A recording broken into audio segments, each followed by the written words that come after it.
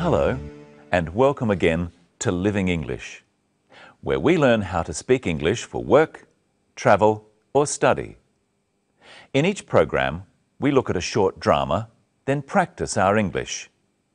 So let's see today's episode of Sisters and Brothers. Remember, in the last episode, Anne arrived from Singapore. She met her business partner, Sarah. Now, she's checking in at her hotel.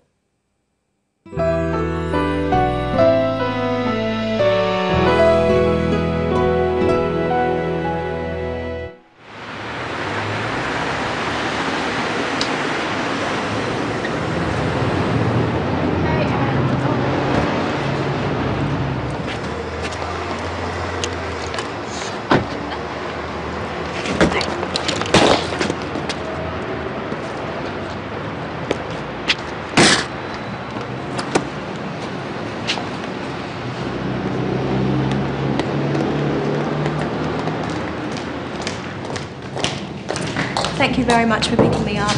You're very welcome. You'll be all right here? Thanks, I'll be fine. And thank you, Mark, for helping with my heavy bag. Oh, don't mention it. All right then. Nice to meet you finally. I'll ring you tomorrow. Nice to meet you too. Goodbye. Good morning. Would you like to check in? Yes, please. And your name? Anne Lee? Yes. Could you just fill this out, please?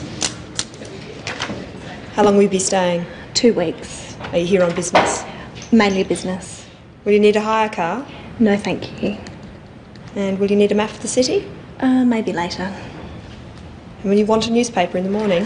No, thank you. Okay. And how will you be paying, Ms. Lee? Credit card. Thank you. There you go. And here's your key. That's room 309. Enjoy your stay, Ms. Lee. Thank you. I hope I will.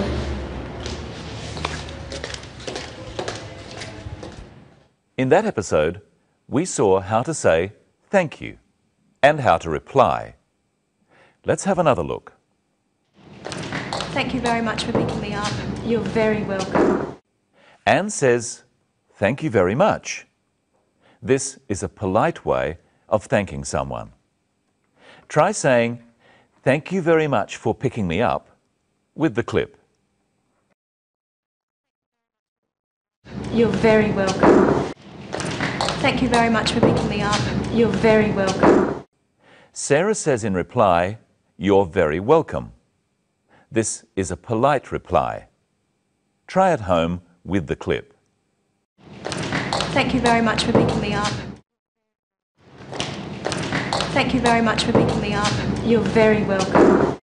You're very welcome, or just you're welcome, is what we usually say when someone thanks us. Your is short for you are. You are welcome. Now listen for how Anne says thank you to Mark. And thank you, Mark, for helping with my heavy bag. Oh, She just says thank you. There's another way of saying thank you for everyday things. Listen carefully. You'll be all right here? Thanks, I'll be fine. Anne said thanks to a polite question. For small things like this, we just say thanks. In our next clip, listen for what Mark replies when Anne says thank you. And thank you, Mark, for helping with my heavy bag. oh, don't mention it. Mark says, don't mention it.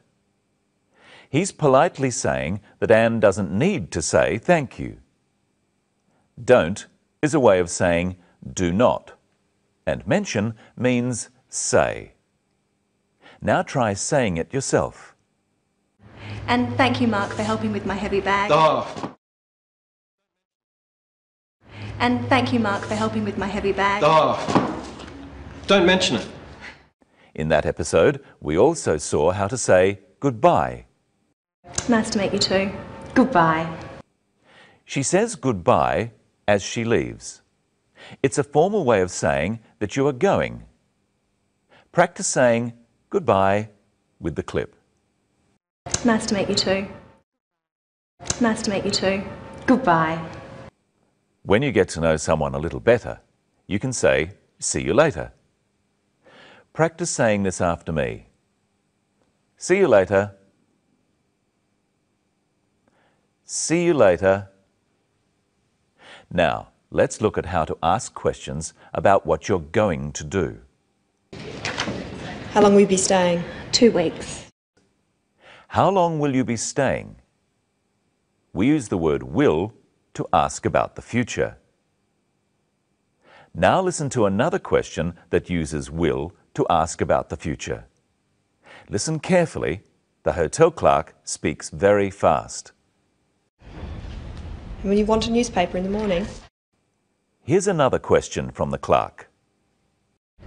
And will you need a map of the city? And here's another one. Will you need a hire car? All these questions are about what Anne will do in the future. They ask about her plans. They ask about what she intends to do or what she is going to do. For example, the question, "Will you need a hire car?" is asking about the future, about what Anne might need in the next few days. Now listen carefully in our next clip for another use of will to ask about the future. Thank you very much for picking me up. You're very welcome. You'll be all right here? Will you be all right here? Sarah wants to know how Anne will be in the next few days while she is staying at the hotel. In the next clip, see how the word will is used when you are not asking a question. And here's your key. That's room 309. Enjoy your stay, Ms. Lee. Thank you. I hope I will. Anne replies, "I hope I will," to the clerk, telling her to enjoy her stay at the hotel. She hopes that in the future she will enjoy staying at the hotel. If you are not asking a question, you use the word will after words such as she. She will need a hire car. I will need a hire car. And you will need a hire car. These sorts of words, I, she, you, are called pronouns. We use will before pronouns in questions. So if I say, "Will you need a hire car?" it's a question. Listen to the difference. Will you need a hire car? You will need a hire car. Can you tell which one of these is a question? Will you enjoy your stay? Or, you will enjoy your stay. Will comes before you, so will you enjoy your stay is a question. It's asking about something in the future. When will comes after you are just saying what you think is going to happen. You will enjoy your stay. And here is Michelle. Hello, Michelle. How are you? I'm fine, thanks, Brenton. Hello, everyone. What will we talk about today? We'll talk about how to pay for things and more about the word will. Now, Brenton, you're going on a holiday to Fiji. I am? Let's pretend. I've brought some things here. Ask me if you'll need them, and you ask at home too, using will I need. Remember, it's hot in Fiji and there's lots of beaches. All right. Sunscreen. Will I need sunscreen? What do you think? Yes, you will. Traveller's checks. Will I need traveller's checks? Yes, you will. Sunglasses. Will I need sunglasses? Yes, you will. Teddy bear. Will I need a teddy bear? No, you won't. I might. Now you answer the questions. Will he need sunscreen? Yes, he will. Will he need sunglasses? Yes, he will. Will he need a teddy bear? No, he won't. Oh. Now, let's look at the scene where Anne pays for her hotel room. How does she pay? And how will you be paying, Ms. Lee? Credit card.